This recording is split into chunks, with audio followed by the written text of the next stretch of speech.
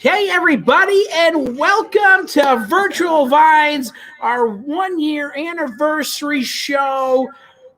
And we have a live audience. Yes, it's a 1 year in, we have a live audience. So people are watching along, hanging out with us tonight. They're drinking along. Somebody has their computer up. Oh, it's me. Oh, it's you. Hold on. Virtual Vines without some little technical difficulty right there, right? There we go.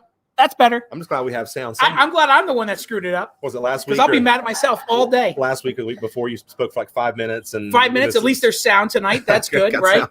Yeah, no, we've gone through the ups and downs of the show over the last year, changing locations, moving locations. We're back in the shop. We have folks in here tasting with us tonight, so it's a very special treat. Actually, I can show you guys a little right down the little view of the camera down the shop. So people are here. We're not lying. We didn't just the sound machine. Put sound machine in there. But we have a great show in store for you. We have some top 100 wines from Wine Spectator. We have some hard to get Cabernet. We have a brand new fun Zinfandel. We know how much you guys love Zin. And Tempranillo, because we needed a deal bottle in the show, a really great deal on a Tempranillo. And of course, it's rosé season. Mm-hmm. Spring has sprung. It's springtime here in the Carolinas, right. And you need to have your rosés and be stocked with them. So we have a nice rosé, and we're going to start off the show tonight. Actually, before we get that far, we got to talk about next week. Okay. Got to talk about next week. Next week, we are going to be going over Marietta Cellars. Yeah, that's right. And we have Christoph, the importer, joining us, which, by the way, they Victus, wine importer of the year 2020 for wine and spirits. So and it was like 5 years in a row. 5 years in a row. So Christoph is bringing in good stuff for you. Christoph's going to be joining, and we also have a special guest from the winery joining us as well. Mm-hmm. So yeah, absolutely, you're going to want to tune in for that. And what I'll let you know is, since we have a special guest and we have Christoph, any of the bottles from that tasting will be available this week in the shop. So we'll have those available all week. So if you want to grab a bottle early and drink along, like the folks are here tonight, you can do that as well. So now let us get started. First up, a little bit of bubbles. Let's do it. Yeah. Right here. Well, I mean, like you said, what a difference a year makes. I mean, not only do we have people back in the shop, but, a couple babies added to not only my, one to my family, one to Andy. We have the little grape. And I'm sure if it was up to Tanya, she had a couple more like little 4-legged babies around your house at some point. But after that conversation is taking place, right? She shows me a puppy every week. Just about every week, right? So again, what a difference a year makes. I mean, I think 2020 is a year unlike any other. I mean, oh my God, I mean, it's like stories of maybe telling my little girl that was born in May. I mean, what was it like when everything just kind of shut down all of a sudden? I'm like, well, we went online and we kind of brought a show directly to you. And I didn't really see the wife as much on Monday. And sometimes I came home a little later on some nights, but I'm like, hey, and it's a little drunker. It's research and development. We had to make sure we had picked a wine show. And I mean, can you think of any other place, not in the in the state, I've asked some of my other sales reps, I mean, in terms of virtual tastings during this whole entire pandemic, how many have they done? And I don't know if anyone's come close to the amount. I mean, let's say 6 wines per week, 50 some odd weeks right there. I mean, just the amount of wines that we went through is just amazing. Just that amount of time. So, I mean, it's just incredible. It's been a lot of wines, and my liver shows it's like a basketball when I roll over on it, right? Yeah, so it's been rough, but we've been doing it for you. Yeah, so you can enjoy great wines. And we have a great one here to start off with. We're going to start off with a top 100 Wine Spectator bubbles. Everybody's got in their glass right now, and it looks like they're really enjoying it because they're actually being quiet in the shop, so that means they're liking it. So, this is a fun one. I mean, I'm looking around. I know there's several veterans here, and they may remember about 3-4 months ago when we had Victor Ordonez, which is Jorge's son. I mean, really a perennial powerhouse when it comes to importing Spanish garage wineries. When I say garage wineries, family-owned wineries, focus on small production and old vines, kind of throughout their portfolio. And so what we're having right here is a little sparkling cava called Yopart. They're based just south of Barcelona, about 30 minutes south of there. It's Method Champenois, but what's great about this wine in that you typically see, a fraction of Cava Rosé versus typically, Blanc de Blanc or Brut Rosé. This particular one's made primarily with Monastrell, which some of you guys may remember as the grape or know as the grape Mourvedre in France. We'll get to that with the still rosé, but frankly, one of my favorite varietals, not only for red wine because I love Côte de Rhône, Châteauneuf de Pape, the Rhône blends, but also for rosé. Anything when it comes to still rosé or bubble rosé, there's something about Mourvedre that kind of gives that nice spice kind of textural to the wine, And so with this one right here, it spends 18 months in the bottle fermenting on the lees, so you really kind of coax a lot of that nuance off of it.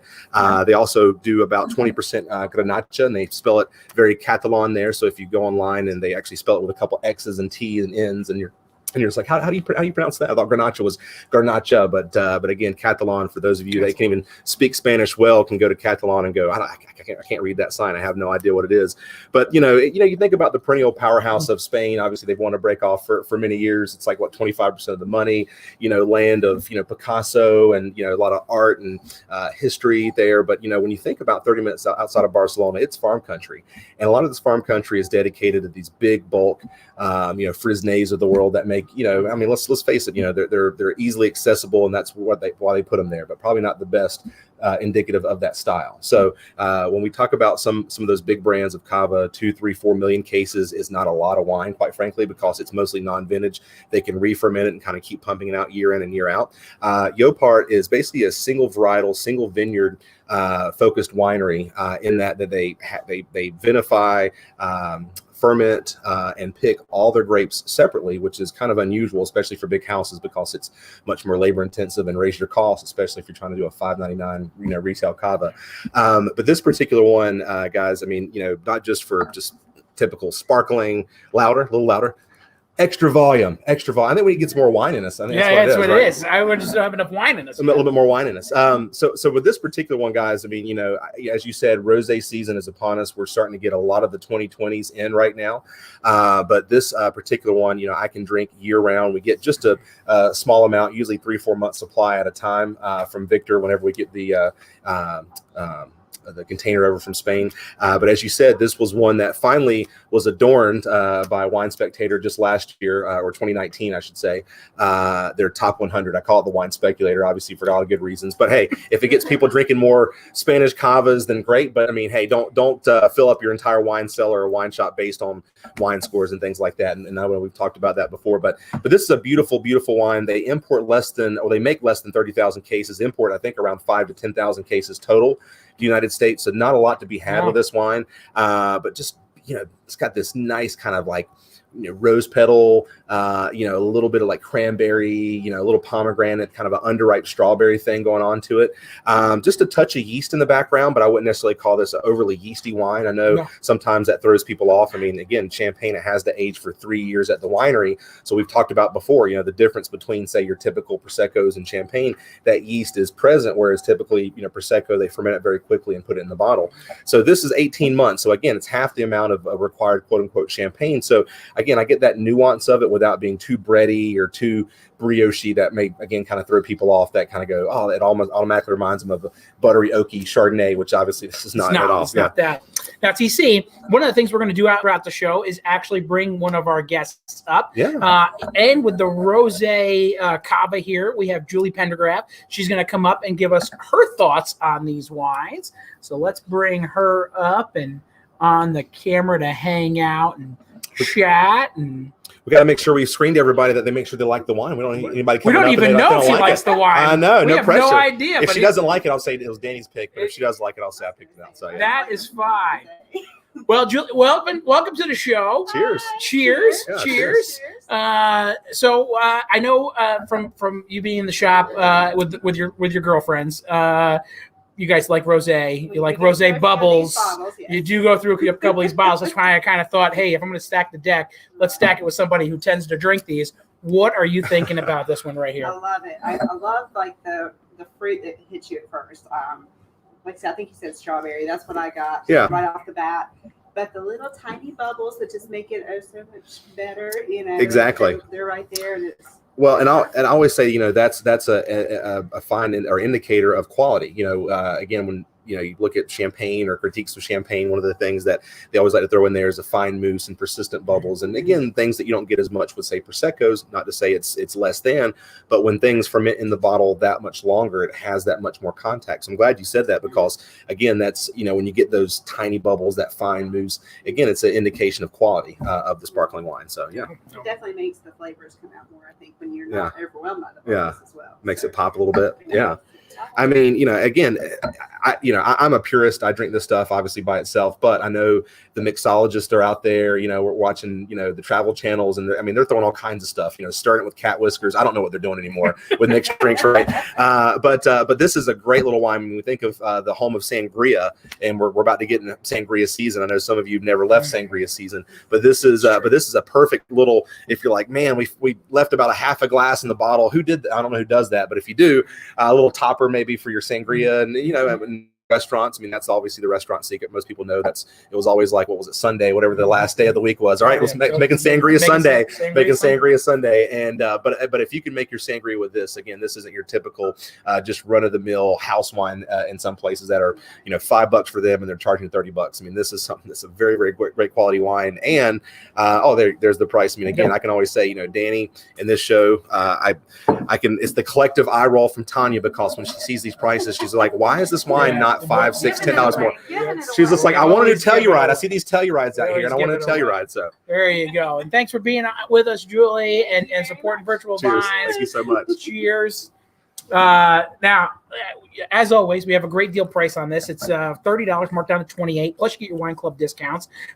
So if you're in the Cellar Club, you'll type in Cellar. If you're in the Estate Club, Estate. And if you're in the Reserve or Grand Reserve Club, you will type in Reserve over on our website. All the wines are available. I don't know why the photos are not showing up. I put them in like 3 times today. Sure. They show up on the thing, and then I go to the website. I don't know. So Square must be having a little bit of an issue today. But trust us with the name and just go with the name. And that's the Yo part. And again, one thing I do want to press upon you folks, when you think about the top quality producers of sparkling wine throughout the world, rosé, if you ever shop rosé, if you're wondering why is the rosé $5, $10, $20 more for the same brand, specifically from the same winery, and that's because not only is it because of the labor intensity of it, often you're picking a little bit later in the season, varying degrees, but generally speaking, if you're in an area much like this area that makes a lot of bulk cava, the white varietals are omnipresent,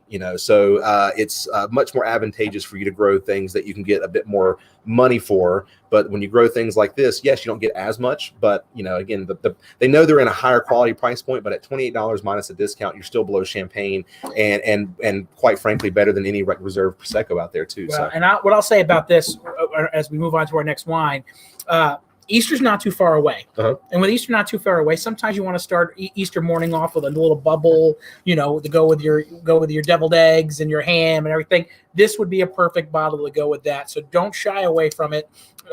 Enjoy a nice bottle in the Easter morning while you have your deviled eggs and ham. Well, if you got to cook, I know the gatherings, are getting a little bit bigger. If we can go, obviously the weather getting better, people can go outside.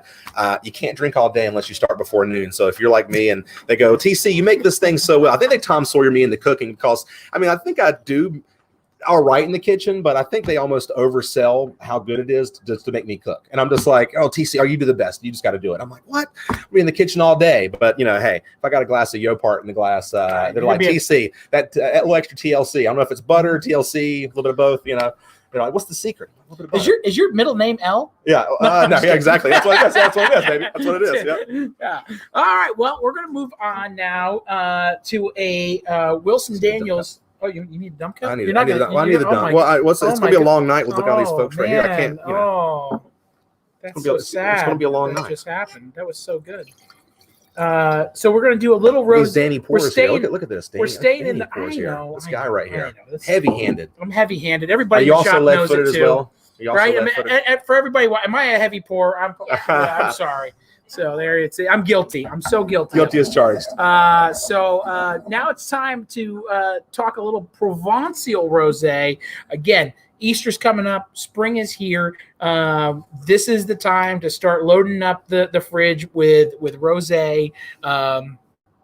I know a lot of us have been drinking it all year long. We haven't stopped, thanks to Martha Stewart, allowing us not only to drink rosés all year, but wear white pants after Labor Day.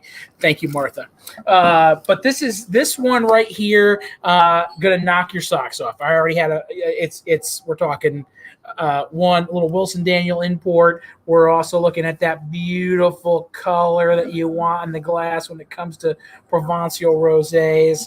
And I tried to get the other rosé from them, and it was gone. A pallet gone immediately. We tried it, and I'm like, well, hey, too bad. We're going to have to go with the more expensive one of the two.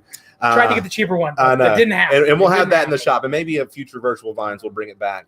But you know, I can't say enough, and we try to allot 15 minutes per wine, and you know it would take me 15 minutes just to talk about the area in which it comes from. But in Provence, obviously, we know the crown jewel of rosé, and they make a lot of white and red wine in Provence. So people do forget about great red and white wine that's made there. But I've often, whenever you make rosé throughout the world, Provence is the benchmark in which a lot of winemakers and wineries set themselves, and especially if they're going to make it in a very, as you said, a very Provençal style. This is it.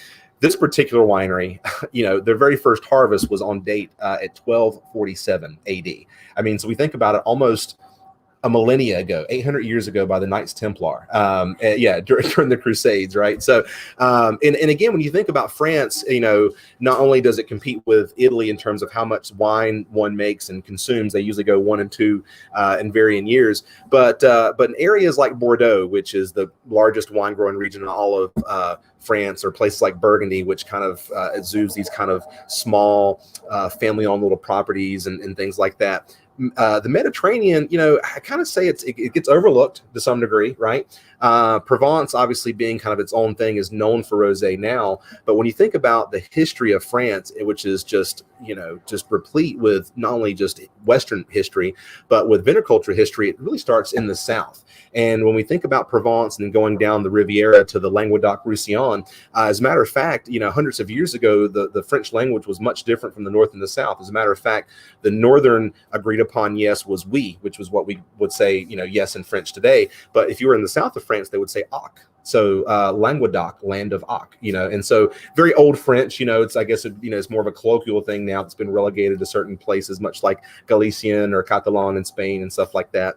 But when you think about areas where, you know, the ancient, you know, Greeks and Romans were like, wait, vines are already here, maybe planted by Phoenicians, couple, maybe a century or millennia before, it is this area. So when I think of not only spring has sprung and sitting outside with a craft of wine and a bistro glass, kind of just talking about whatever the case may be, whether it be, you know, gossiping, sports, whatever, is a glass of rosé. I mean, and it's probably, if I can say rosé, I think just in terms of any wine out there, it's the most unpretentious wine. I mean, when you drink a glass of rosé, you know, and yeah, you can drink a $40, $50, $70 rosé and it's expensive, but typically speaking, rosé just kind of, you know, just relaxes you. You know, it's like you just want to, you know, put on some jeans, your favorite t-shirt, and it can go with ham sandwich and potato chips or white tablecloth. You mentioned Martha Stewart too. I know, which by the way, I know she had to do a little time in the slammer, so I could just imagine Martha Stewart in the cafeteria going, "You call this quiche?" You know? That's easy. I just wanted to let you know, when you brought up that whole little story about everybody's in here going, trust me, there was that shock look on everybody's face going, where does he come up with this stuff? Literally, I'm telling you, there's no notes. He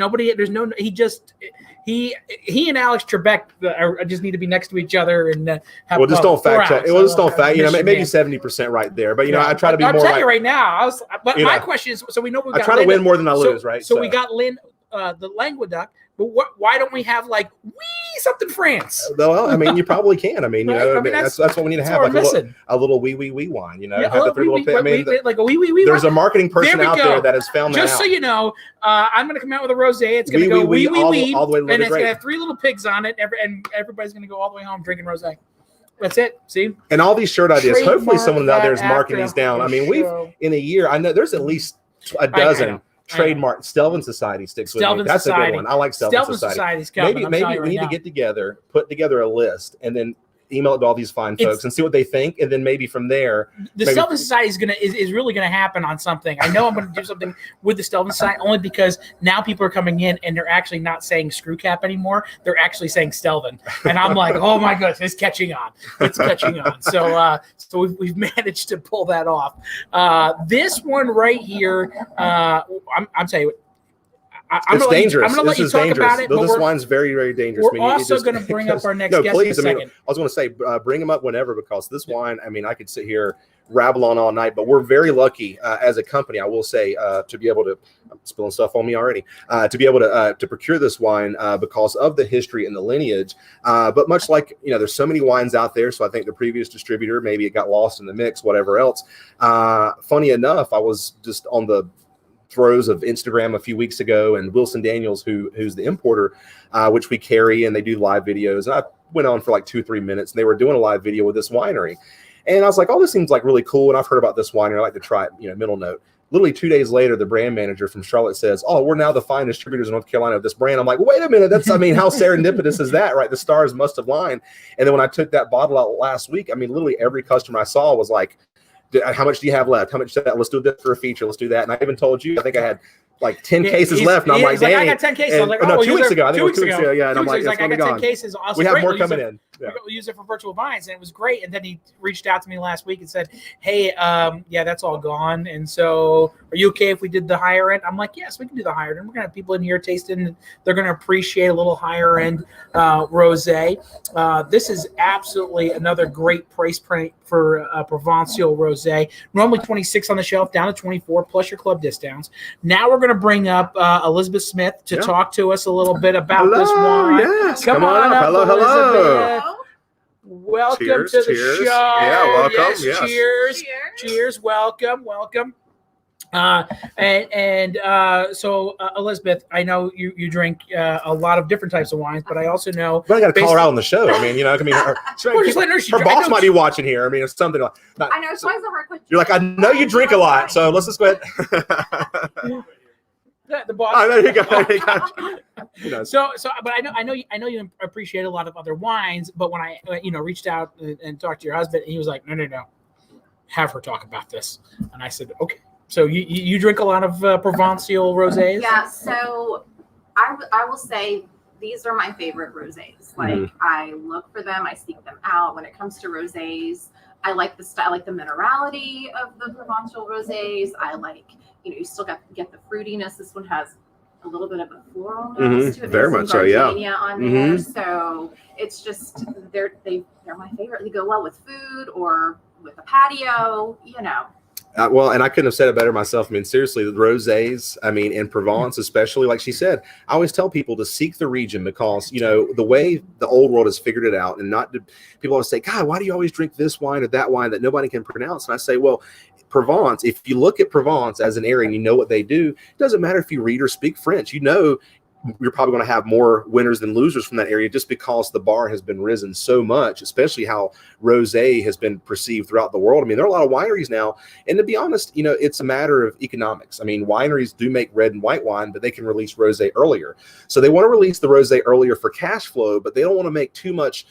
They don't want to take too much red wine that they can normally get $45 for a year or 2 years later to make too much rosé when the distributor says, oh, this rosé is a year old, so we have to discount it, right? So there is that fine game. And with rosé being as popular as ever, not only has the quality, I think, improved, but now people, again, are drinking year-round rosé. But this is 2020, one of probably the first 6 or so 2020s I've been able to drink. I know we've had a couple on the show already, but just one is good as the other, but you can't go wrong with Provence, like you said. Really, this one is so good too. And the first thing I thought when I tasted it was just how balanced it is. You've got your mineral, you've got your fruit. Not too sour, not too tart. Yeah, exactly. Not too fruity. Yeah, it's got a little bit of everything. Yeah. Now, if you were out on the back patio, putting out a spread, we're just gonna throw out some cheese and some meat and just enjoy the nice spring day. This would be perfect. Yeah. And again, great price point on this tonight, 26 down to 24. So you get a nice higher end Provençal Rosé, under 25, plus your club discounts, where you can type in Cellar Club, Estate Club, or Reserve Club to get your club level discounts over on our website, theloadedgrape.com. Again, I don't know if the photos are there. If they're not there, I kept on trying to fix it, and I don't know. So, and this is the Cuvée de Commanders, and they do have the La Croix, which is the one we tried. And people may ask, well, Danny, I mean, why am I going to spend five? You keep saying Reserve, and it's a little bit more expensive. What's the difference, right? They are both Grenache based at about 40 to 50%, and then smaller amounts of Cinsault, Carignan, a little bit of Mourvedre. The difference being is the older vines, and typically speaking, when they go through and taste the tanks, now obviously they will vinify the lot separately, but the tanks, not to say some of the La Croix won't go into the more reserved tier or vice versa, but it's extra, whatever has that extra little je ne sais quoi, right? That extra little it factor, right, will go into that that bottling. And they may keep it for a little bit longer at the winery, and I say a little bit longer, maybe an extra month or so, but typically they release most of their rosés at the same time. But as I said earlier, after 25 to 30 years, the yields go down. So we're talking with this particular wine, 40 to 60-year-old vines, whereas the younger one, about 25 years. So really the difference being they can give it to you at a cheaper price, but doesn't mean they skimp on quality. So I think that's often one thing that it's kind of hard to wrap people's minds around. But I say, hey, at the end of the day, guys, it's farming. I know this is the fun part of it. We get to, I get to wear, rarely a little tie and drink wine, talk about it. But at the end of the day, it's backbreaking work year round, where it's a labor of love, very thin margins. So again, that's one of those things I always tell about people is if something is reserved here, there's usually more of the farming behind it. And of course there's names and stuff like that, but beautiful, beautiful rosé, and make sure you get a chance. I'm sure you will be delving into the rosés as you'll be getting. I'm sure everyone's hitting you up for the 2020s right now. It's time. In like a line, out like a lamb, as they say in March, right? So that's the rosés. We did that special South African tasting yesterday, and right behind the Pinotage was the rosé. And so, so if that lets you know where everybody's minds are, the warmer weather's here, and we're ready to drink rosé. So I'm ready to drink rosé. I love rosé. I mean, to me, I know it gets a knock. I'm going to tell you a little story as we start getting ready to pour the next wine. I once was at the Traveling Road Show. It's a Traveling Vineyard. Am I right on that? Traveling Vineyard? Anybody? No. Traveling Vineyard. I think it was Mourvedre and Cinsault. I think it was a Traveling Vineyard, and they would go around and do kind of like a Tupperware in your house kind of concept. You went to a Tupperware party? Well, it was wine. It was wine. I think it's a Traveling Vineyard. And so we tasted through the whites, and we're getting ready. Like, all right, we're gonna take a break. We're gonna taste the reds. And I was like, the rosé, and the lady went. She was like, we don't believe about serving any of that trashy wine. And I'm like, rosé is not a trashy wine. There's really good blushes and rosés out there. That's not a trashy wine. So it's amazing. That was about in 2006. Mm-hmm. And now all of a sudden where rosé is, right? Yeah. Where it's like rosé, right? You can't get your hands on enough rosé, and people really appreciate it. So it's only available for a few months out of the year. I mean, now it's year round. A lot of people are making it, and I will say, I mean, when you talk about it goes with so many things. I think the reason why people that like white wine and red wine like it, because white wine drinkers like it because you serve it chilled. It's got that nice pop. Red wine drinkers like it because you got that nice strawberry floral minerality that great red wines have as well. So and that nice dry finish. Mm-hmm. So, beautiful finish. Well, Elizabeth, thank you for joining the show. Thank you so much. Thank you for being supporters and everything. And Kevin, you can start putting some rosés in the cart. All right, so now it's time to move on to our next wine. And I believe we're going to go to the Tempranillo next. It's a Graciano. But it's from Rioja. Rio, why did I not think it was a Tempranillo? I don't know. It's my job to do the thinking.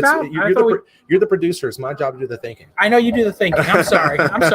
So it's a Graciano. But you would be correct because 9 times out of 10, if it says Rioja and nothing else, it's going to be Tempranillo. Tempranillo. So actually less than 2% of Rioja is this particular grape. So I figured, hey, why not throw it in there? But so I was only off by 2% of being correct. No, 98%. Correct. Yeah, I was wrong by 98. Yeah, but it's okay. It's okay. I got that. Okay.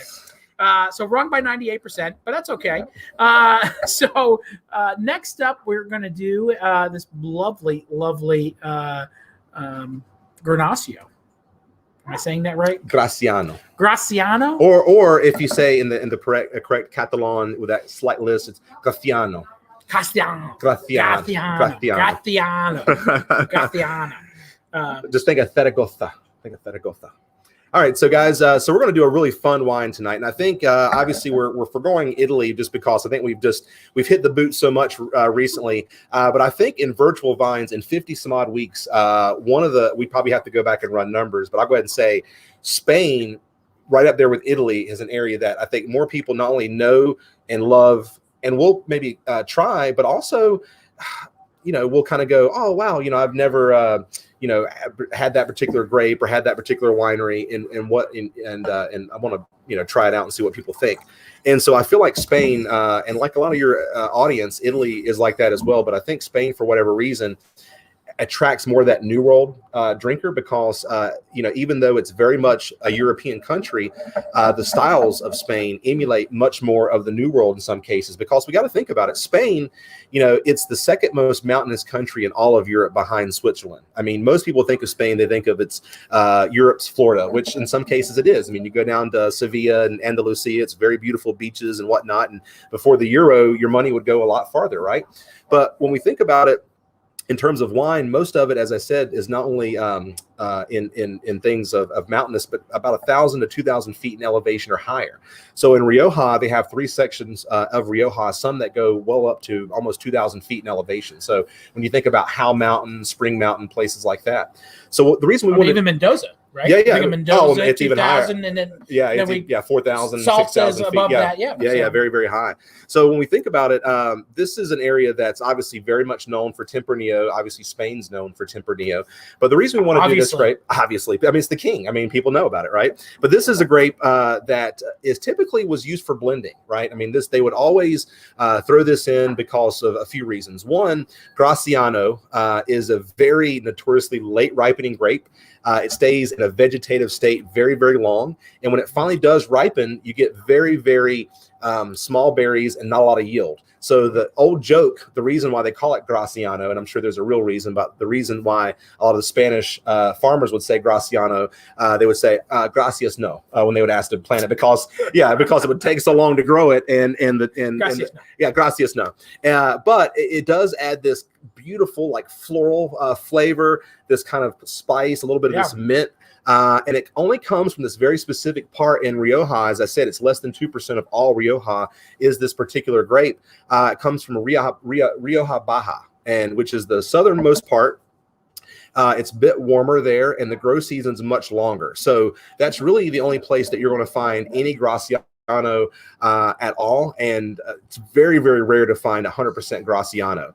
But again, Jorge Ordonez, much like the importer for the Yopart, another shout out to my boy Victor, found this little wine, and it's been a gem in our Spanish portfolio forever because again, Spain is replete with Granacho, Tempranillo, different blends. People even heard about Monastrell, maybe in Mansilla and Bobal, but Granacio is one of these very kind of obscure grapes that only grows in this very obscure kind of tucked away part of the world. Always gets great scores for those people that want to, regurgitate. I call it again the speculator.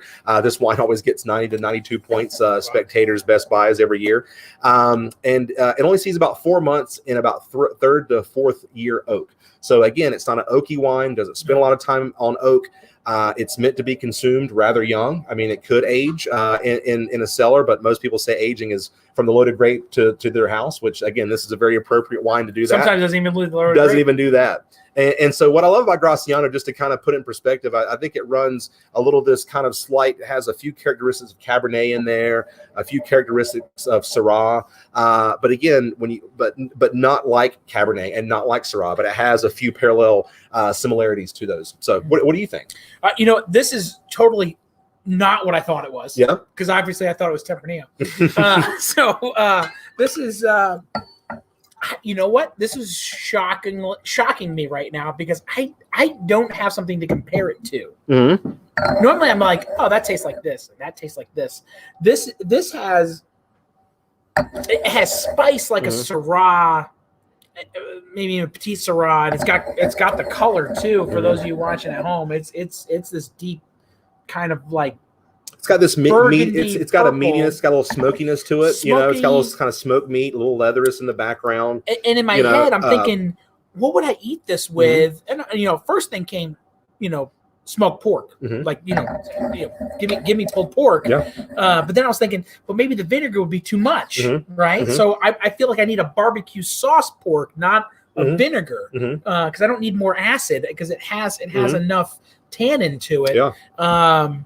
This is so different, but yet you've almost like knocked me over because it's so different. Yeah, I mean it's a beautiful, very spiced. I mean, it has this lovely, almost like dried fennel, like a little bit, just like a touch of like a little mint in the background. When you said mint, I was like, a little mint. I mean, again, the thing with Graciano, what I love about it, it kind of flies off, and there's nothing to compare it to because outside of this very specific part of the world, no one else grows it. So that's why if you were to ever go for a master sommelier exam, they're never going to blind taste you on a Graciano because it's a very specific wine. Totally specific. But it always throws in and kind of beefs up in terms of color and the spice component for the Gran Reserva. So typically, as I said before, less than 2% is grown in Rioja. So typically when they do grow it, it's reserved for the Gran Reservas, which ages for what I think a minimum of 6 years, often 10 years sometimes at the winery, that they'll blend it in. And I always tell people, think of, to some degree, Petite Sirah in California.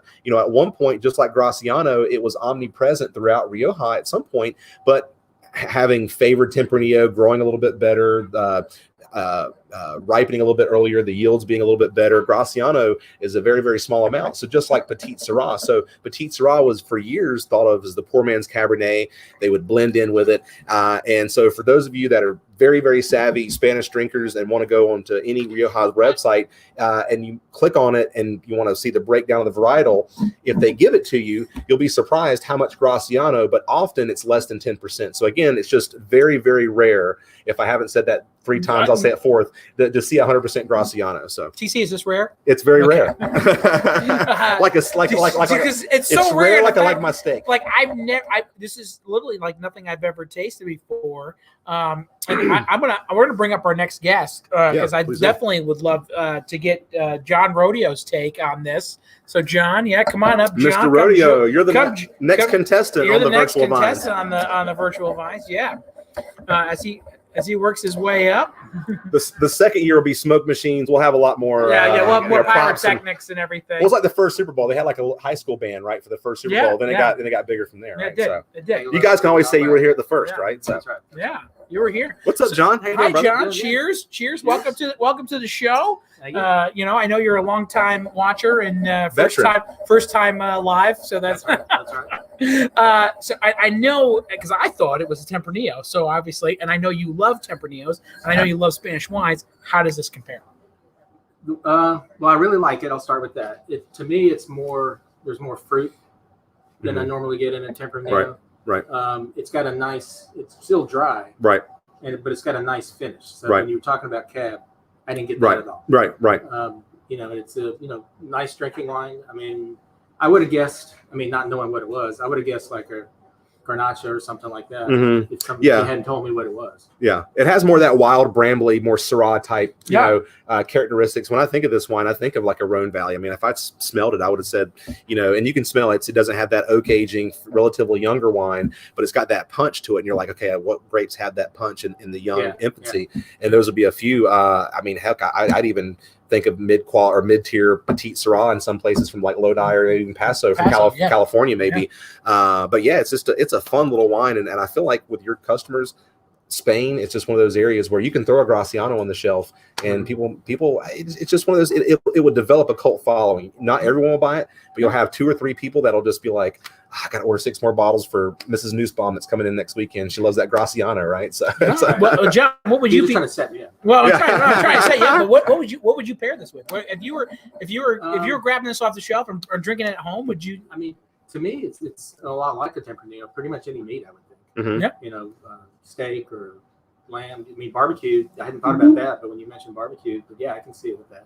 It would go well with a lot of the sauces. Yeah, so that's something sauce based. Yeah, not vinegar. I think the vinegar would be too much, but sauce based barbecue. I was thinking maybe even like tips or fajita. I mean, just last night we had something that was called cast iron steak, which looked like a flank steak or something like that. Yeah, I mean, just Did your wife make something up? Well, she was just like, cast, like, I've never heard of that before, but whatever. Well, you know, it's organic, whatever, right? So that's all that's important, right? But I was thinking last night. Grass? Yeah, just the cow. We have its name. We have a dossier of the cow. He's a very happy cow. very happy cow. Yeah. So we used to work for Chick-fil-A. Used to work. Well, I mean, and he had to be put out in the pasture, so to speak, literally. And but what was great about it is last night I was just thinking about in my head when I was drinking this cast iron. Took it out, cooked the veggies in it, then put the steak back in there, so you kind of get that all the burnt bits off that, or kebabs, maybe some of that grilled flavor, that charcoal flavor, sitting by the fire. I mean, I don't know if I know we don't have the graphics tonight, but graphics pit pounder. We have some graphics. Oh, we have those graphics. Do you think this is we have those? Yes, there we go. We can make it a pit pounder. We can put that up there. I mean, we can even make it a porch pounder if you want. We could do that. There we go. We have graphics. Don't worry about that. I mean, like I said, I think it would go well. You mentioned with any kind of meat, really. But I drink it without anything. No, it does. It does drink. It does drink very well without. It's not heavy. No, it's very light.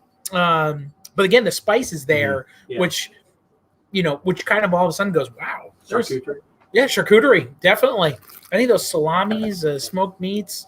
I'm all for it.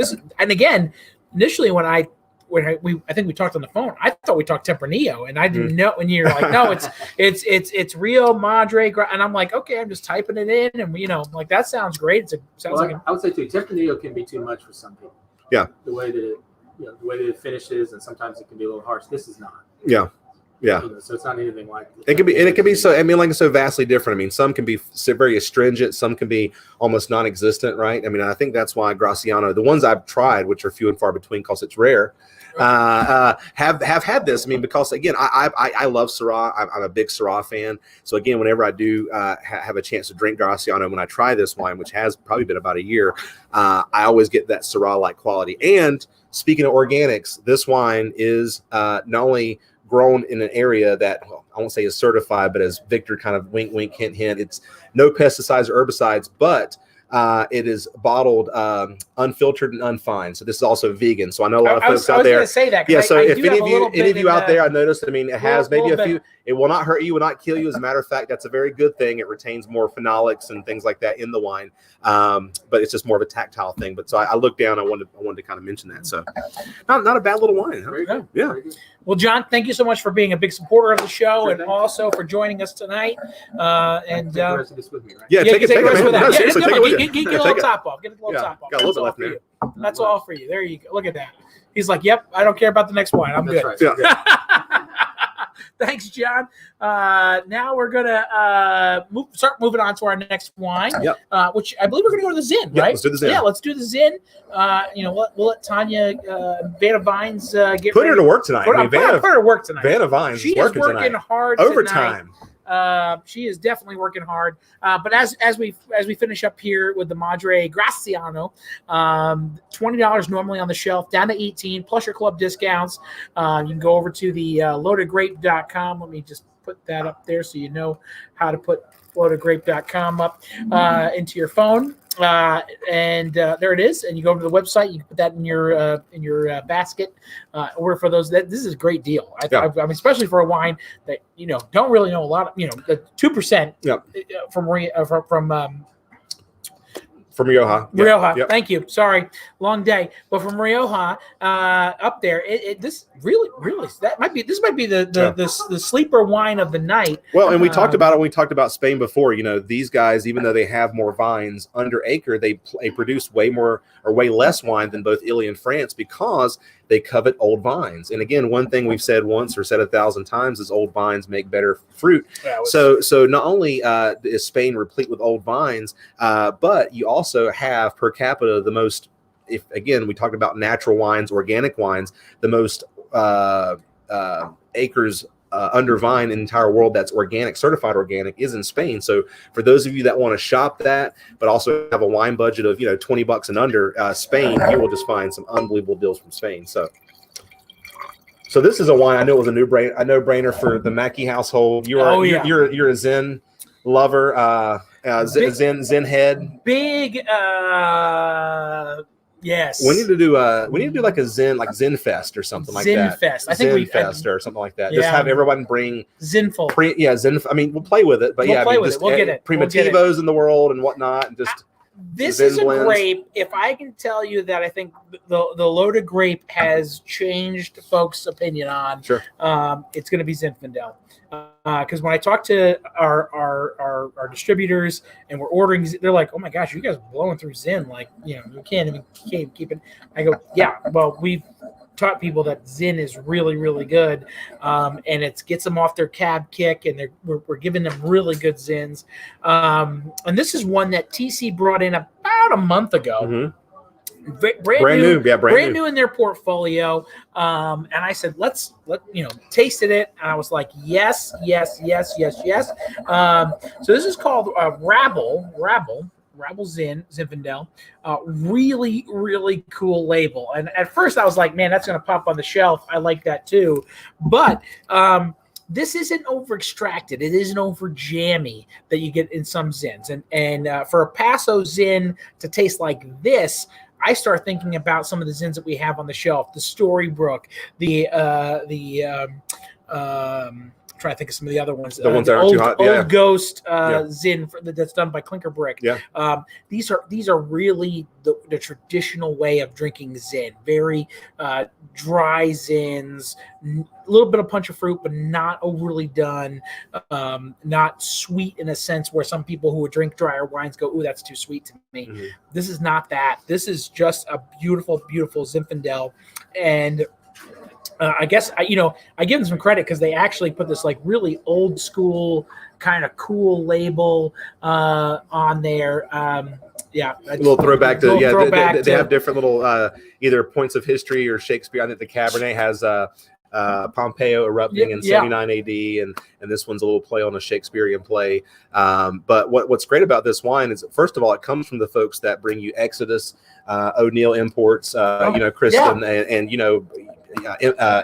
what is it, Intercept, and several other those wines. So I know you've had some folks out there love those, but Paso Robles, Zinfandel, I mean, it goes together like as they say, horse and carriage or duck and water or peanut butter and jelly. I mean, it's almost become almost but cliche. Not love and marriage? Well, I mean, it's like they say, right? It's was that the Frank Sinatra song? That's right. Yeah, that's right. Yeah, that's right. Goes together like a horse and carriage. Oh yeah, so that's where I'm going. So you started thinking about that. Oh no, you're thinking Ed O'Neill. Oh, Married with Children. Yeah, Married with Children. See, I'm not that classy. See, you're like New York, like, see, you say Sinatra, and I'm like you're like Sinatra. You say Blue Eyes. I'm like Blue Eyes. Who's Ed O'Neill? And but guys, this is a fun wine. I know Zen. What's funny right now in the wine world in which we exist, red blend is hot now, and for whatever that means to you, it means a lot to the importers and wine shop sellers, because their red blend section, went from like 5 bottles to like 25 bottles overnight, because either one, they figured out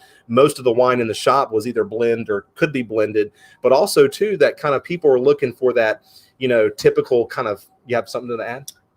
I do have something to add because there's actually 6 wines tonight, and I screwed up. So give me 1 second.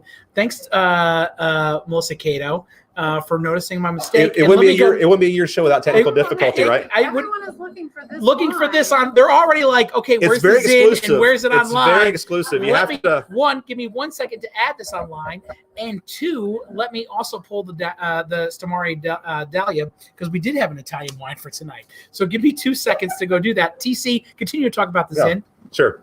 So guys, this is a brand new wine for us. And what I love about it is that it personifies, I think, Zinfandel, like Danny said, in a style that's not too hot. I mean, some Zinfandels have this like very rich kind of like bacon fatty kind of style. And, I love mixed drinks. I love bourbon. But, when I try some wines that are like 17, 18%, that kind of curl my nose hairs, it's just too much. It's like, it's too much alcohol, right? And to my original point about blends, I think most people now realize, in California at least, wines that are marketed as red blends have a good dose of Zinfandel in them. And the point of me mentioning all that is that the price of Zinfandel on the open market per ton has went from, say, Paso Robles, maybe a couple $100 to $1,000 a ton, to, in some cases, depending on the vineyard, over $10,000 a ton. So it doesn't take a mathematics genius or economics genius to know overnight a lot of these wines that you were buying for $7, $8, $9, $10 are now $15, $20, $25 almost overnight, because they go, well, people want to see blends. Well, there's really nothing, blends can be anything, right? I mean, you can blend just about anything. In California, there are no wine laws that say you can't blend, Pinot Noir into Chardonnay or whatever the case may be. But Zinfandel is typically a very good grape in which to blend. I mean, it was always a grape for years that the Italian immigrants, the Eastern European immigrants would use as a base wine. So if you think about 1970 in California, and I know for some of you, watching, I don't know if that even existed. And some of you are like, oh, 1970, I remember 1970. So 1970, let's do some factoids. In 1970 in California, there was actually more Zinfandel grown than Cabernet Sauvignon, Merlot, Syrah, and Pinot Noir combined in 1970. And as a matter of fact, it took until 1998 for Zinfandel to be surpassed by Cabernet, which is certainly king now. I think it's over about 200,000 acres versus Zinfandel, which is about 50,000 acres now. But still, it competes about number 2 with Merlot. But what's great about it is, first of all, it was planted by the Eastern European immigrants. So now we have these beautiful old vine Zin plantings in Paso Robles, in Lodi. And then in the 60s, 70s, and especially the 80s, white Zinfandel became a craze. So they started planting Zinfandel even more. So that's why Zinfandel really never got surpassed. Well, again, it was an accident. So, but the lemonade store, lemonade to lemons, however you call that analogy. Lemons into lemonade? Yeah. Or wait a minute. No, lemonade. You want to make lemonade. Yeah, you took lemons and lemonade. Made into lemonade. That's what I'm saying. That's okay. So white Zinfandel to dry Zinfandel, it took people like the Turleys, like the Paul Drapers, like Storybook, like Biale, to say, hey guys, Zinfandel, it's a red-skinned grape. Certainly you can make a rosé out of it. You can make a white Zinfandel if you wanted to, but why do you want to not use this beautiful old vine plant? And when you think about it, guys, I know old vine is used very arbitrarily in California, but you don't see many old vine Sauvignon Blancs. You don't see many old vine Merlots. You don't see a lot of old vine, even Syrahs. What you do see a lot of is old vine Zinfandel, and perpetually Zinfandel is one of these grapes. Is any farmer that can tell you that's done it for more than a couple of decades can tell you Zinfandel just gets exponentially better as the years go on. So when you can find these old Zinfandel plantings, you covet them. And again, now the price of Zinfandels went up so much, we were able to get this particular wine from O'Neill Imports, which does a lot of specialty brands. They do this for an up-and-coming winemaker who kind of basically has made this label up from his bootstraps, has, no winery or vineyard space to speak of, but has made wine and has contracts with several places in Paso Robles. And frankly, I think he's made a really, really good Zinfandel. I mean, I knew you would like it. I know Andy's not a huge Zinfandel fan. He liked it. Tanya loved it, and I know sometimes, Tanya, I mean, hey, if I feel like if I walk out and I please Tanya, I'm like, it was like, Mikey, he likes it, right? And not say she's trying to please, but she likes it. I mean, Tanya likes it, right?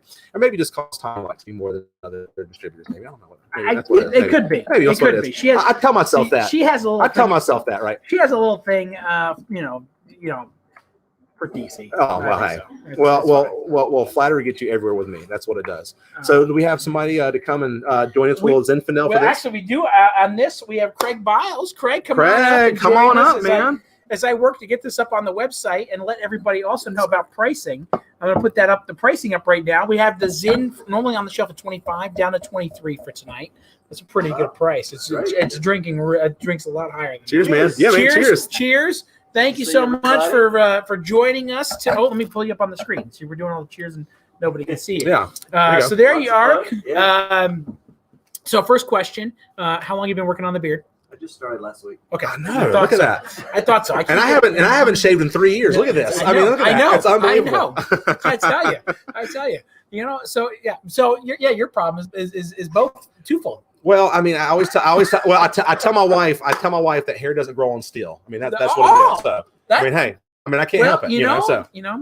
Actually, TC, the other good thing to know is it's almost blueberry season, right? It is. It's exciting. We love blueberry season. I like to bribe people. I mean, she does bribe people with blueberries. That time of year. So now, Craig, I know you drink all over across the board. But that's a Zinfandel beard. You kind of like Zinfandel. That is a Zinfandel beard because if you remember, that's not a Merlot beard. You don't drink week, Merlot and have a beard like that. when we had Jeff from why am I drawing a blank now? This is Anybody watch the show last week? It must have been that memorable. It was so no. It was so memorable you forgot it. No, Jeff from why am I drawing?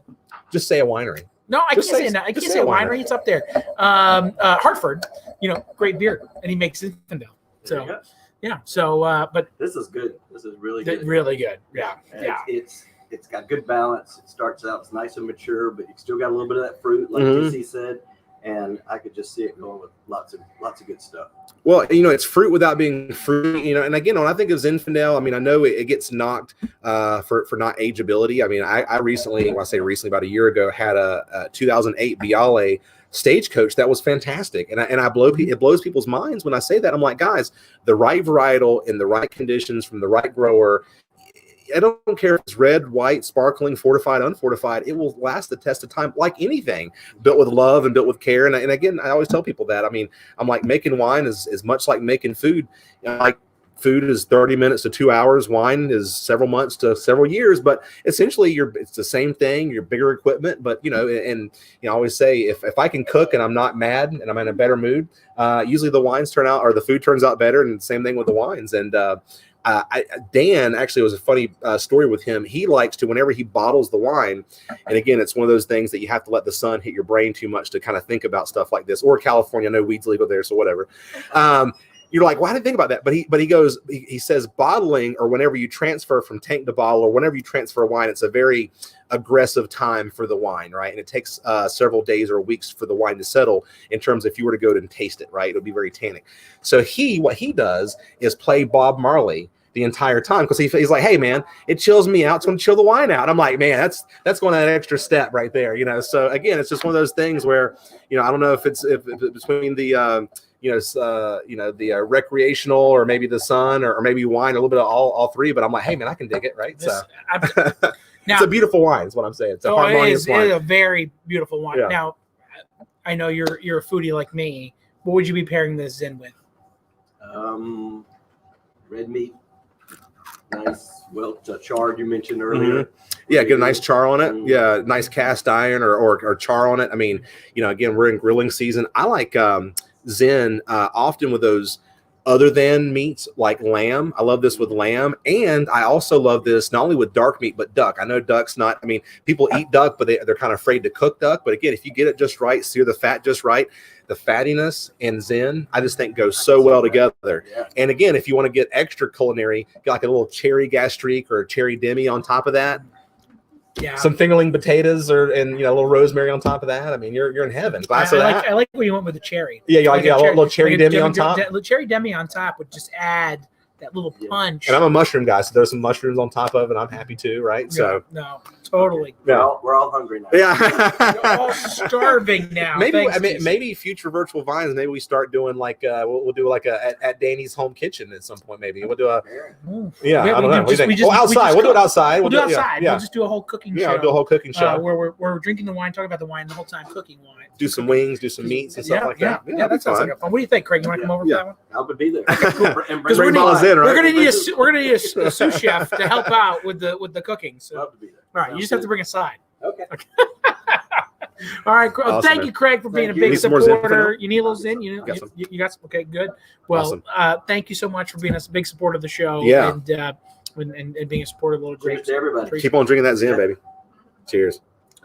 All right. Well, so good news to everybody. During that break there, I was able to. That's why I texted you earlier. I thought there was something askew, awry. Everything was going so perfect. But luckily for me, I have it all up there. You do. I have it all up there. So the good news is this tamari is chilling. So it'll be the last one we do. Okay, that's fine. Totally fine. We'll make it work. Well, and honestly, and one thing I will say. First of all, when I had an Austrian supplier with me one time, he insisted to do the red wines before his white wines. And whenever I do wine dinners, I know it's very easy to go sparkling, white, light red, heavy red, and then whatever. But some of the most interesting dinners I've ever done, and to kind of keep the palate, is to do these unusual kind of intermezzos, right? So again, I think sometimes when you do white wines in between, or maybe white wine at the end. It might be kind of fun. So who knows? I mean, I know conventional norms say we're doing it differently, but hey, I think it might work tonight. I'm going on a limb. I appreciate you trying to save my butt on this one. I think it's going to work. I think it's going to work. I think it's going to work. I think it's going to work too. First of all, I know it's a good wine. If it was a Pinot Grigio, I'll be honest. If it was a Pinot Grigio, I'd say no. It's a Sicilian wine. It's got a little cajones to it, you know. So I think it'll work. And it'll probably be at a good temperature too, because it won't be overly chilled by the time we serve it. It'll be cold, but it won't be overly chilled. So let's move on to the next red, which, you know what, we couldn't do an anniversary show if we didn't without an anniversary wine, without an anniversary Cabernet, right? We had to do a little high end Cabernet, and something a little limited too. The fact that this is not something that you're going to find everywhere. And all over the place, and from a producer who puts out, you know, high-end Cabernet, this is kind of their more approachable mid-range bottle, and so I'll let Van of Vine start pouring it in the glass. But everybody on this Zin, I'm telling you, it's one to go for. $25 down to $23. Get your club discount on top of that. Brand new to the market. I mean, I can say other than you, I mean, I don't think I've really sold it to anyone else, honestly, because it's that new. So it will start as restaurants open. I will say I will start showing this wine a bit more. But I mean, as restaurants open, but as I think the reason why folks like to come here and see. I mean, you guys like to be the first on the block. You guys, we are often the first on the block. And just so you know, this has been in the shop for about 2 weeks now. Okay, and we've already ordered 12 bottles and moved through them. So this is one that some folks have already come in, tried, enjoyed, bought extra bottles. So it's a really, really, really nice wine. So add that to your cart if you're looking to throw a little Zin in there. And you know what? Look at that. Folks are watching. Craig, you're getting a shout out from John Rodeo. Look at it. He thought you did such a good job. I guess John didn't think. I don't know if John didn't think he did a good job. I thought John did a good job. That's great. He thought Craig did a really good job. So, and then actually, you know what, Craig, you're getting lots of love. Phoenix French said, "Save us some Zin." So, like, I guess you must be known for the Zin. So you had a lot of folks tuned in to watch you on that little segment there. Zinfest, man, I'm telling you, Zinfest 2021. I think maybe we're a little like a rock metal Zinfest. Yeah. So yeah, I have to talk to my good buddy Jim Scott and maybe put together some rockers and some radio DJs and everything for Zinfest. Yeah, Zinfest 2021. All right, now Tanya Van of Vines dropped us off a little Cabernet so we can drink along with everybody in the shop. That was nice of her. Yes, Vanna's working hard. Guys, can we go ahead and anyone listen? Can we give Vanna just a round of applause tonight? I mean, Vanna, keeping everyone hydrated tonight. Keep them hydrated. Doing the hard work. Doing the hard work behind the scenes. So here's it's just a little special. This is a little special wine that we threw in there. Yeah. Something fun, something funky. I mean, we know Napa Valley, and I know Napa Valley because of the smallness of the sort of the way they craft and make wine. We know we can't find many wines in that $10 to $15 bargain rack often. But one thing I can say about Napa versus any other part of the world, and I include any other wine region, Napa, I can truly say this, Napa, unlike any other place, really tries from top to bottom, every producer there make A++++++ wine.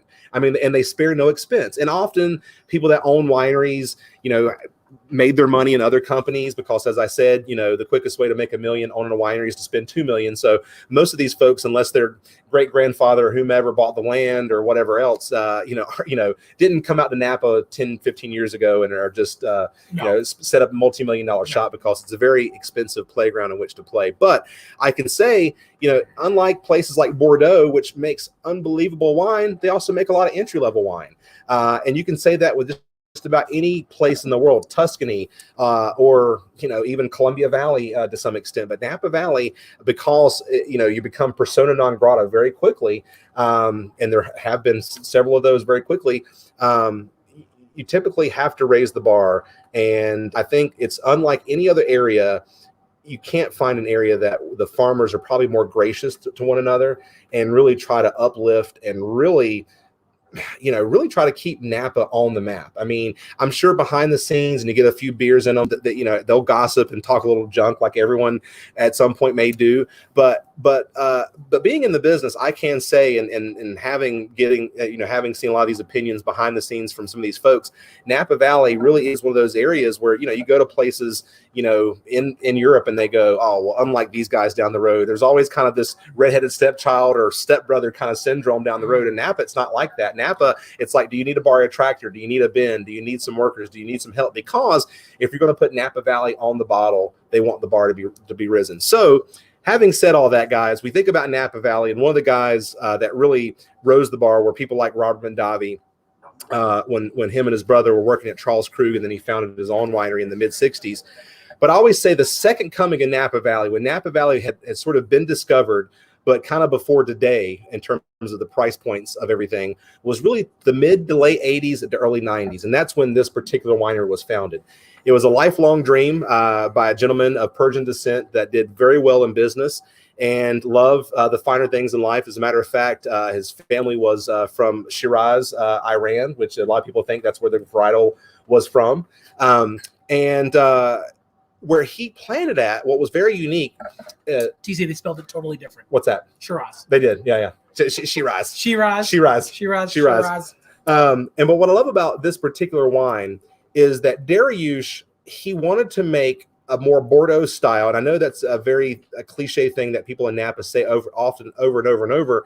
But what they miss is that cool climate, because Napa, once you get to, for those of you that have been in Napa, once you get to like Oakville, St. Helena, and north, especially to Calistoga, it's about 15 degrees hotter there than in Carneros, which is typically known for Pinot Noir and Chardonnay, which is still Napa Valley.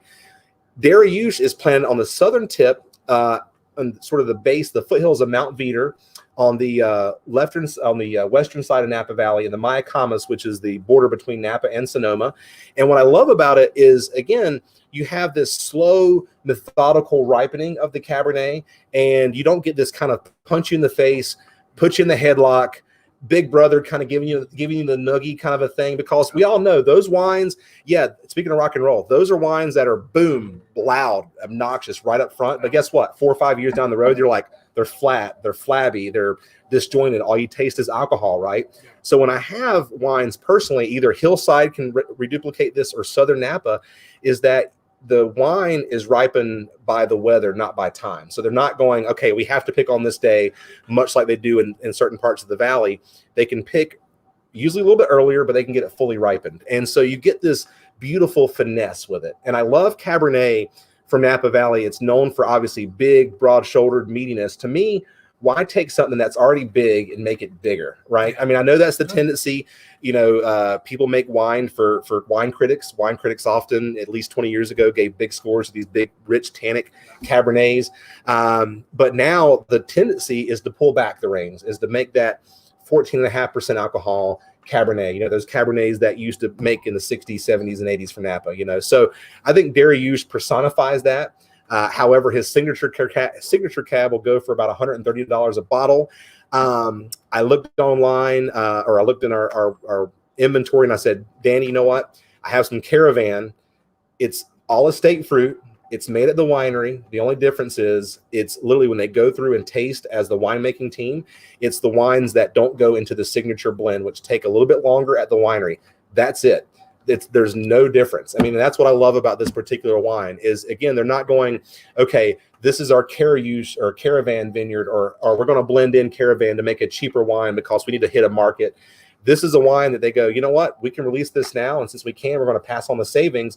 It may not have the nuance, but guess what, guys? This has as much nuance than almost any Cabernet you'll find in California. And honestly, for the price point, it has a lot of nuance. And even more so than the three-digit Cabernets from Napa Valley. So Caravan always over-delivers for the price point. This is way over-delivering, because I can think of some other brands, some bigger brands that might be a little bit more punchier on the fruit, like a Camus or a Silver Oak. But this is over-delivering at the price point, down to 53 tonight. Silky and smooth. Silky, smooth Cabernet. Yeah. And when I think about Napa, this is just a subjective, personal thing. But when I think of all the great hallmark Cabernets of Napa Valley, I kind of think of like this three-pronged approach.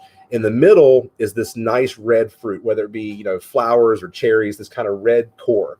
And then flanked by this dark plum, cassis, raisiny kind of thing on one side, and then this minerality dried herb kind of a thing on the other. And to me, often in Napa Valley, there are some Cabernets, as you said, that are very jam forward, almost sweet, right? And they lack any kind of nuance. And there's some that are like, okay, wow, this wine's a little funky, a little earthy, a little tannic. Where's the beef? Where's the fruit? Where's this Napa Valley that I love, right? And so to me, when I think you talk about Southern Valley Napa Cabernet, they can pick usually a little bit earlier, but they know kind of what they're going to get consistently year in and year out. And by the way, guys, this was an area, I don't know how, but has been spared over 4 years of fires. This winery has not caught fire. Lucky. They've been able to make wine every single year, not have smoke taint, which is fantastic. This is this 18 vintage, which again, a year that was spared a little bit. I can lay this down for a little bit too. Yeah, absolutely. I can lay this down. We're probably drinking this wine 5 years too young. I'll be honest with you. I mean, this is a wine that's drinking great now, but if you can have the patience, or again, splurge a little bit tonight, because I know if you buy a bottle, you want to drink it in the next few months.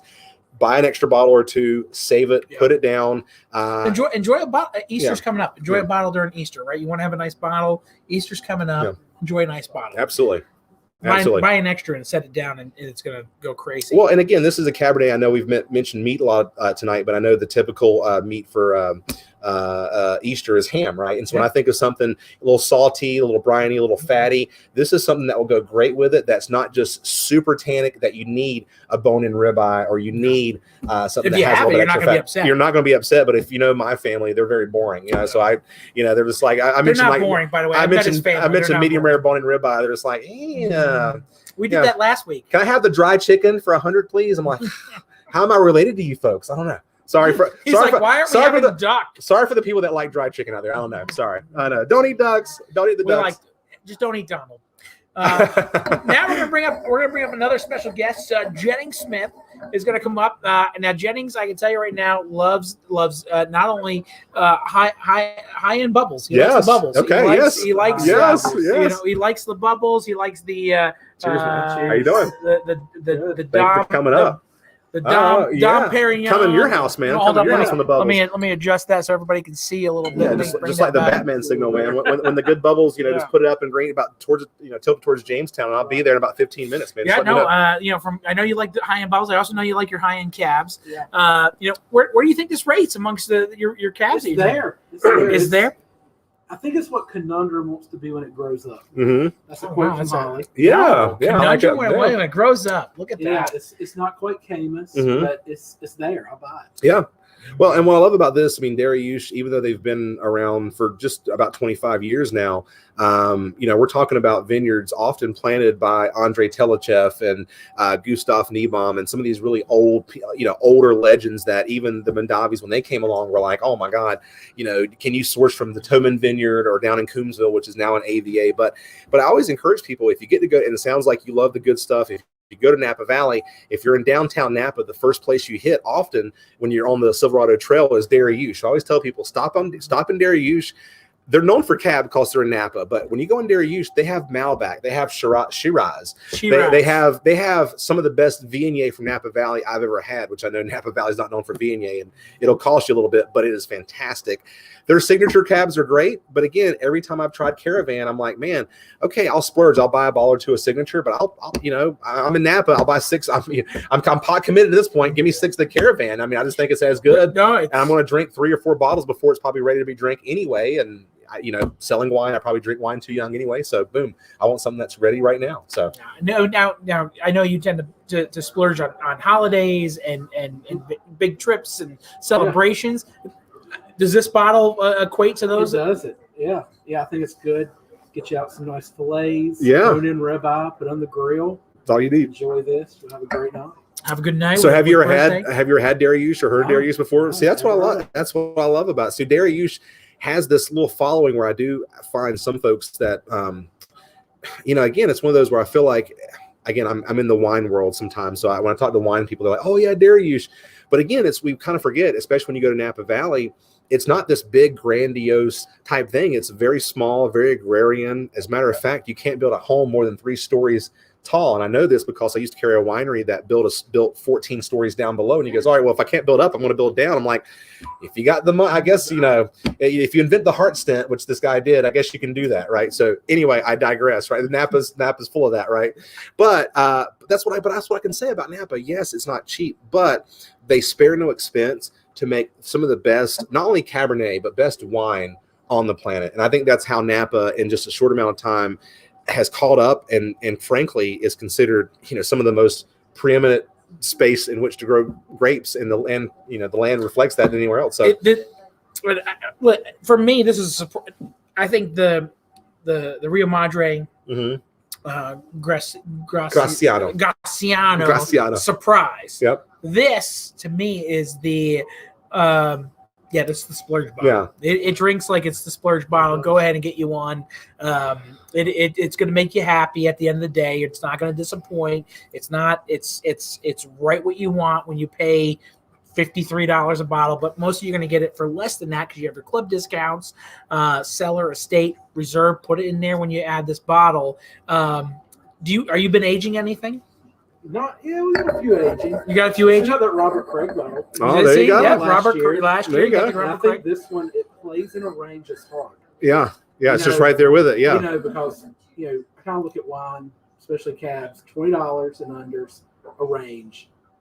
Anything before you get to 70s hard. Mm-hmm. So 50's good. Yeah, yeah. Well, and when I will say too, this guy's giving you guys the discount. I don't know what this typically. It's about 75 on the wine. Usually, yes. And I may be on the north end, but generally speaking, it's usually I was bearing the lead on that. So it's if usually, you go, even though it's anywhere else, it's like 75. Yeah. But I got it down to 50, 55, which is like the internet crazy pricing before shipping. Right.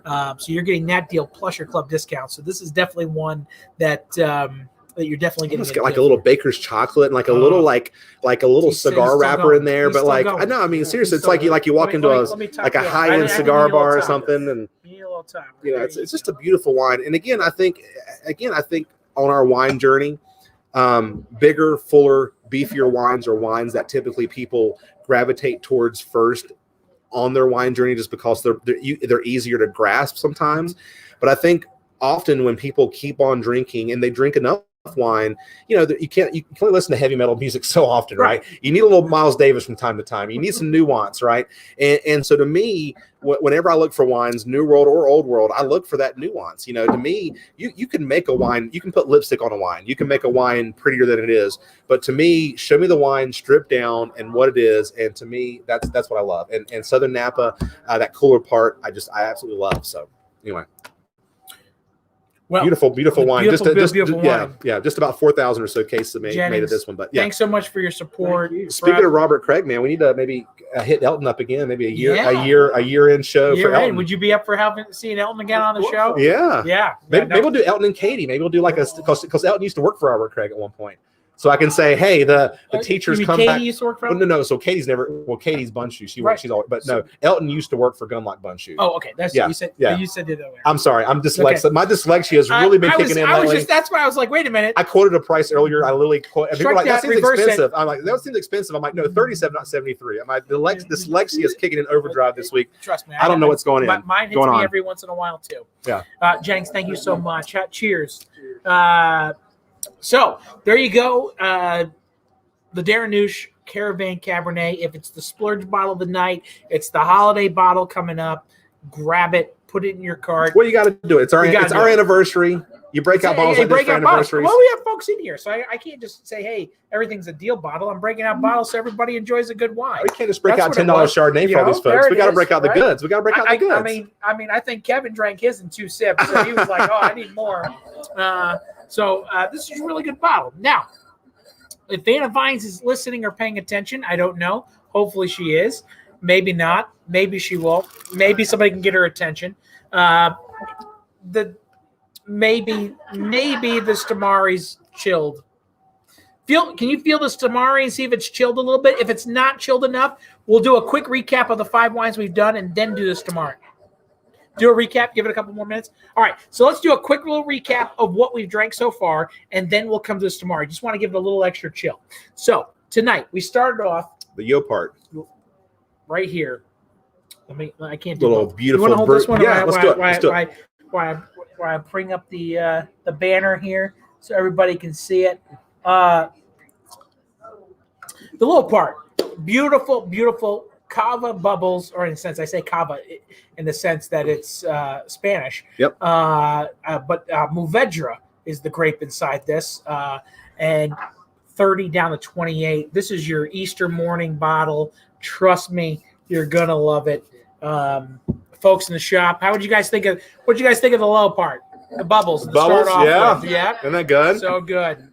I mean, shop vintage rosé champagne and just go ahead and call me. If you can get something under 3 digits, then let me know what it is because I may buy some. Listen, yeah, vintage, which that's 2016. Vintage. 2016. Yeah. It's vintage bubbles from Spain, $28. It's a great. Can't get it. Let me just throw this out in retrospect, right? So we're talking Dom Perignon. We're talking the regular Dom at over $200 a bottle. But we're talking rosé, we're almost talking $300 a bottle. Ace of Spades, which is why am I drawing Jay-Z's brand, right? Mm-hmm. Jay-Z's brand. The regular champagne, $300 a bottle. The rosé, $450 a bottle. So when it comes to rosé in the champagne method, it's always a lot more. This one drinks so nice, so easy. Beautiful bubbles on it. Grab this bottle, enjoy it on Easter morning as you do the deviled eggs or you do the ham. It'll go perfect little wine. Yep.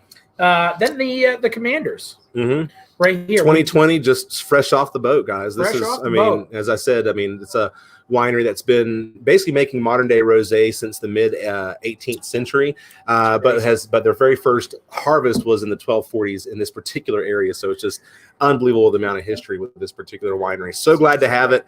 Make sure you come in the shop. If you miss this one, we'll be getting probably the entry level for a few extra bucks cheaper. But hey, it's what's fun. It's rosé season. Maybe get a bottle of each and taste them and see what you think. I mean, beautiful Provençal rosé. The grapes on that again, Grenache. Grenache based with a little bit of Cinsault, Mourvedre, some Carignan. They may throw a little bit of Syrah, but Grenache is the main base of that. Which I can say, full disclosure, if you gave me one rosé to drink the rest of my life and it had to be based with one grape, it'd be Grenache. I mean, that's just personally a favorite of mine. So right there. Then we did the Rio Madre Graciano. If you want to grab me that one of those bottles, either one will work, so everybody can see it. This surprise shocker of the night. We got to throw something fun in there. We got to keep people on their toes. I thought it was going to be Tempranillo. That's all I saw. I was like, hey, Rioja, Tempranillo. Keeping Danny in the dark until the very end. In the dark until the end. I didn't know.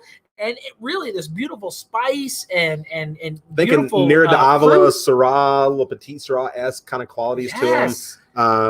18 a bottle. Yeah, before the discount. Before the discount for most of you. I mean, this is the surprise bottle of the night for me because I thought it was Tempranillo. Mm-hmm. Then we went. I got one over here. Light one that's empty, so it's a lot lighter. Then we went to the Rabble Zin. I think this is the one that took everybody in the shop by storm, based on the comments that everyone was posting up. Beautiful, cool label. Paso Zin, but drinks with that complexity and dryness that you don't typically find. Just a lot of fun in a bottle. Got this down to 23 plus your club discounts. Yep. Yeah, fruit without being too fruity. I mean, I think this has got a lot. You guys are going to sell a lot of this wine. At the shop. I think the people in the shop on the Rabble. Where are you guys on the Rabble's in? I think that's the Rabble. I see a lot of thumbs up. A lot of clapping. Yeah. We have a lot of Zing. Again, we're on the Zinfest. Zinfest 2021. Zinfest 2021. That's going to be a 2022. Stay tuned. We're going to make it happen because again, distributors and even when we meet with an import, they're like, wait a minute, you got people drinking Zinfandel? Like, what? You've managed? I'm like, I can't get them to drink Merlot, but I can definitely get them to drink Zin. And they're like, what? There's your new T-shirt. We all the way to Zinfandel. Zinfest. We all the way to Zinfest. Maybe that's it. Somebody better write this stuff down. We're Come on. this down. Well, if not, we have it recorded. We'll be able to go back and watch it when I go, what did we say? Yeah, you're like, what is that? What was that? What was that we said? And then we just did and just finished up on the Davarouche Caravan Cabernet Sauvignon. Again, this is your little splurge bottle for the night. Boy, drinking right now. I can imagine what it's going to drink in 5-10 years. Yeah, and this wine was just for these guys. They usually hold the wine for just about 18 or so months at the winery. The signature spends maybe an extra 4 to 6 months as well. But this is the wine. If you do see a high-end restaurant that's doing some crazy $20 glass pours, you may see some Caravan on there. But it's a great wine. I always love to sell to restaurants that go, all right, TC, we need a few reserve tier bottles. We don't need to go crazy. But what's something great for Napa that's not everywhere, like a big name, some of those big names that you mentioned, but something that we can have that's unique to us. And Dariush is always one I mentioned because I feel like not knowing who's going to order the bottle, again, this style of Cabernet from Napa really cast a wider net than say like the Calistoga or maybe the St. Helena style Cabernets, which can be maybe one side or the other. All great, but maybe maybe skewed to one side or the other. So let's see if it was. Yeah, the Commendatore. Just do a little.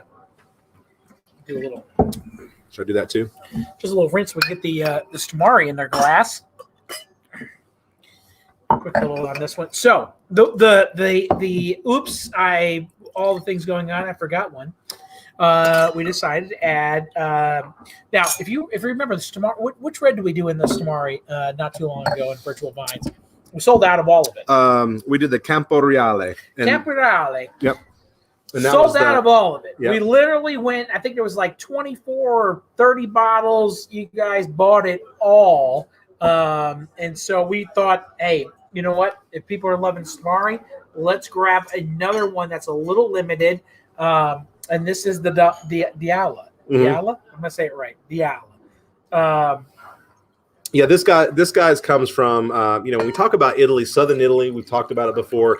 Your money goes a lot farther when it comes to Southern Italy.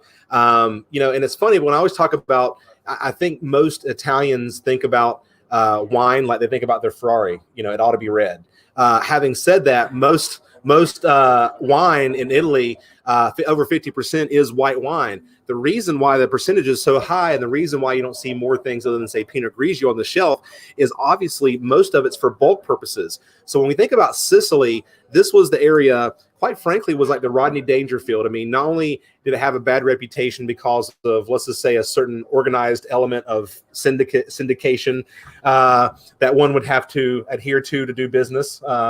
Oh yeah, the mob. And then, but I will say, hey, it's just like kiss the ring. Yeah, kiss the ring. But I will say, being in Southern Italy, you think about La Dolce Vita. I mean, there's so many fantastic wines that can be made in Sicily, warmer area. A lot of it's made on Mount Etna, but this is a blend of two indigenous, very unique grape varietals that are indigenous really just to Sicily, unlike anywhere else in Italy. First is Catarratto, and the second is Criollo. And you don't have to commit either one of those to memory. The reason why both of those grapes are grown with such ubiquity, because it can't be, I had to bring it back. He brought me ubiquity back. Everybody your drink. Show. Sorry. Everybody drink. Thank you. Whoever's paying attention got to drink. Okay, so these are two grapes that were often grown for bulk purposes to make Marsala. Now, there is fantastic Marsala out there if you can find it, like actual stuff that you would drink. Unfortunately, most Marsala that we know about is stuff that you say, oh, I got to pick up a bottle of Marsala. It's usually not even on the wine aisle anymore. Where do you find it's probably like beside Pepsi or the maybe the motor oil or whatever and Harris Teeter. I don't know. That's probably where most of the stuff is. I mean, it's like it's all made by one company with like a flavoring, I'm sure. Where is that? Okay. Anyway, yeah. So but there is fantastic Marsala that's indigenous to Sicily. It's that's probably made in the pasta aisle. Hey, well, right? Because when you make a chicken Marsala, they're like, hopefully. But by the way, anything in the grocery store where you think it should be, it never is. It never is. Tanya sent me for something so easy, so simple. I talked to 3 people. They all said a different aisle. Then one person went to all 3 aisles, and then it was literally like in the produce section. I'm like, why is this even here? It doesn't even go with produce. It was so crazy. And they were like, that's a good question. I don't know why this is here. I have no idea. I'm like, I don't know. But Sir, I don't know why the balloons are in the frozen aisle section. I have no idea why there's balloons. Or why your wife wanted the very specific balloons. Right, I have no idea why this is so guys, this is a blend of 2 indigenous grapes, Catarato and Grillo. The first of which, Catarato, ripens earlier, Grillo ripens later. But what I love about it is you get this body, this unctuousness, this weight to it, being grown in southern Italy. So for those of you that like white wine, but go, you know what, I'm burnt out on the malolactic, I'm burnt out on the oak, that's all I taste. But you know what, there's a lot of Pinot Grigios and Sauvignon Blancs that are too acidic or too light bodied for me. Where do I go from there? Usually warmer climates that grow white wines, specifically Italy, can grow wines that have a bit more body, that have great acid but have more body, and they have this honeyed kind of ginger kind of a thing to it. And again, that's why, I mentioned the Rodney Dangerfield, because these are 2 grapes that make unbelievable still wine, fortified wine, but often they're grown for bulk purposes because they're very easy to grow in Sicily. This is a candle that if they made this into a Yankee candle, I'd let Tanya burn. It just has such a good floral, beautiful note. But here's the problem. Tanya likes to burn like 7 different scents in each room. So we have every room you walk, and then you walk down the hallway, you're like, you walk into the sea, into the forest. What is that smell? And she's like, what? I have a candles burning. And I'm like, but what can we stick with 1 scent? It's so bad. But we can't give Tanya too much of a hard time tonight. She's got the wine. She's done a great job. She's not pouring me any more wine if I make fun of her, so I can't. She will not. But I'm going to randomly call on somebody. Cheryl, would you like to be our guest? Yes. Would you like to be our guest? Come on down. Would you like to come on down? Here she comes. Let's hear it for Cheryl. Yeah, come on. You're our next victim on the virtual vines. Our next one. Look at. Here she comes. Look at, she's coming right in the camera. Hello. Thank you. Yeah, hey, doing good. How are you? Hey, Cheryl. How are you doing? Cheers. Good to have you in the shop. And Cheryl, also longtime viewer, first time in person. But comes to all the dinners, though. She does come to all our dinners that we do. Puts up with us. I don't know how she does that, but she puts up with us. By the way, I should be working on a dinner shortly in which the theme will be tapas. Yeah. There'll be Spanish wines, done with small plates. So stay tuned. We'll be posting that shortly. Olé dinner. Olé dinner. Olé dinner. Oh, yeah. And because I'm really hoping to use the patio over at the Porterhouse. Yeah. The other thing to stay tuned for in mid-April is a blind tasting in which you'll get a glass that's actually black. So you can't see whether the wine is white or red. And we have some trick wines in there so that you won't know whether it's white or red, and you'll do that tasting, and you'll get to keep the glass afterwards. So that's really cool. So if you want to ever do that with folks at your own house later, you can do that. Yeah. So that's another little fun thing that we'll be posting shortly.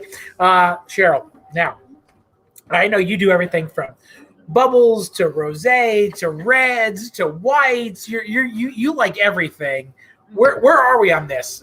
This is phenomenal. I love this one. I'm telling you, even after the Cabernet, wasn't it? Yeah. I'm telling you, I was going to be worried if we found a Pinot Grigio or something. I would have said, guys, love you, mean it. If you want to try it, that's fine. But I thinking of this wine and knowing it as I do, I'm like, you know what? You can bring it on right afterwards, because we all know we're at a dinner party, wherever. There's open bottles.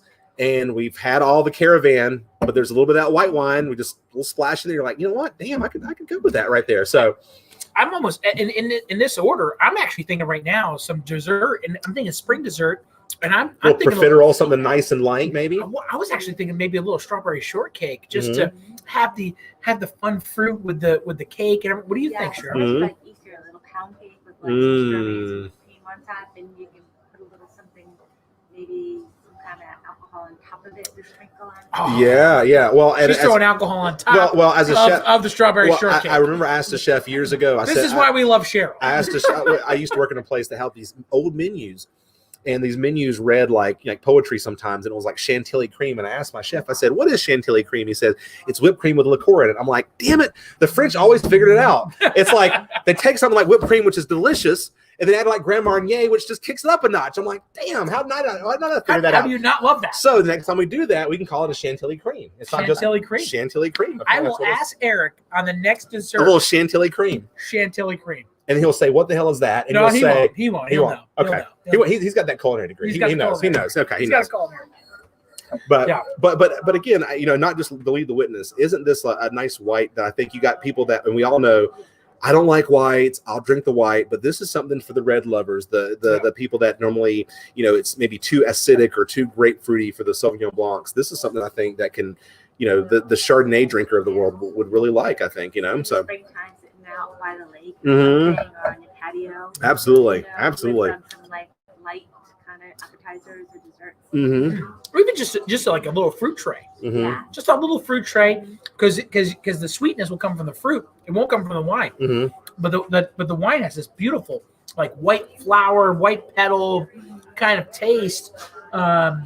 It's not overly fruity. Yeah. But it has that brightness that with some grapes and some strawberries and a little honeycomb in there. Maybe a little honeycomb in there. Honeycomb. Yeah, I think that's what this wine needs. Especially after dinner, you're so full. Yeah. Fruit.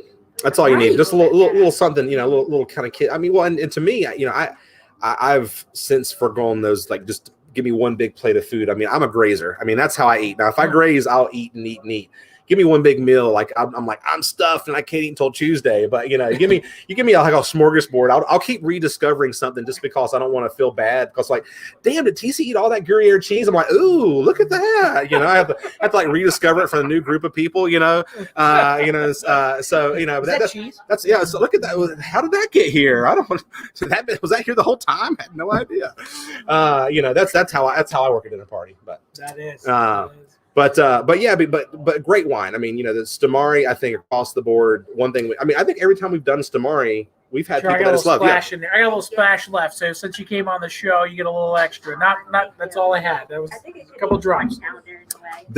Ooh. Did she just say porch pounder? There we go. Oh, I wasn't prepared. We need to get some sound effects for that. Like that little sound effect machine for that. She said, Dan, this is a porch pounder. She said, this one is a porch pounder.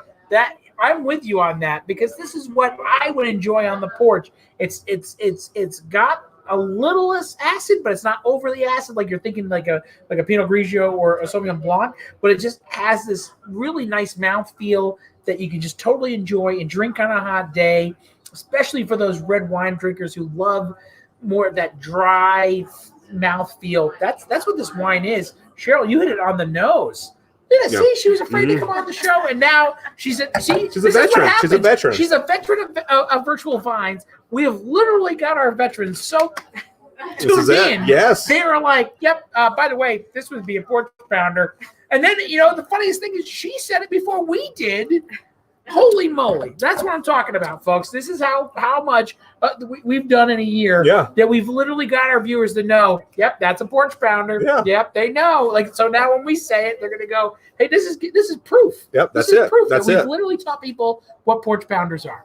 I think they. Well, I always say, Shelby Foote, one of my favorite authors that wrote the big trilogy, The Civil War. They said, why are there so many great authors from the South? And he goes, because we have porches.